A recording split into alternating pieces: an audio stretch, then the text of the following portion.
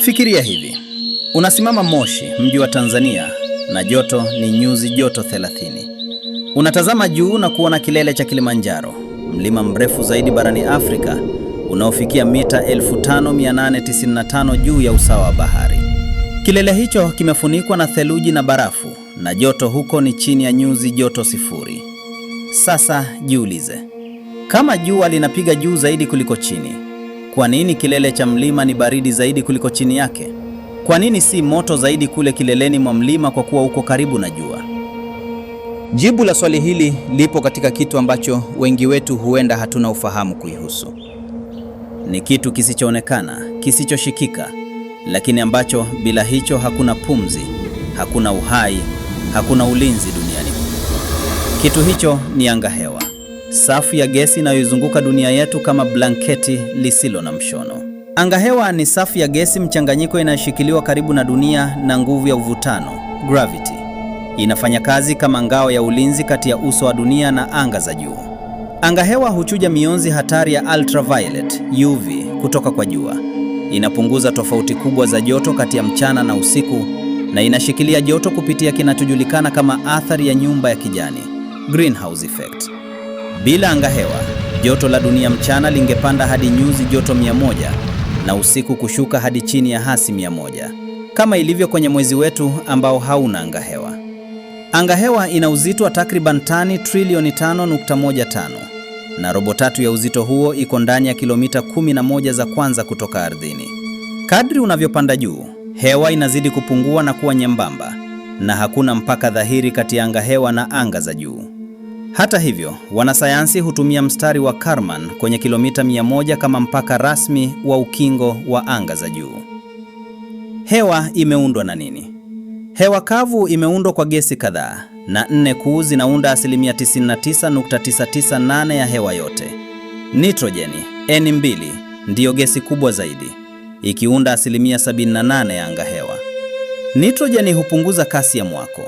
Fikiria, kama hewa ingekuwa oksijeni peke yake, moto mmoja wa msituni ungeharibu kila kitu ardhini. Viumbe hai vinahitaji nitrojeni kutengeneza protini. Oksijeni, O2, inaunda asilimia 21 na ndiyo gesi tunayoipumua. Bila hiyo, hakuna kupumua, hakuna mwako. Argoni inaunda asilimia 0.93, gesi ya jizi inayotumika kwenye balbu za taa na madirisha maalum. Na kaboni dioksidi, CO2, ingawa ni asilimia 0.04 tu, ina jukumu kubwa sana.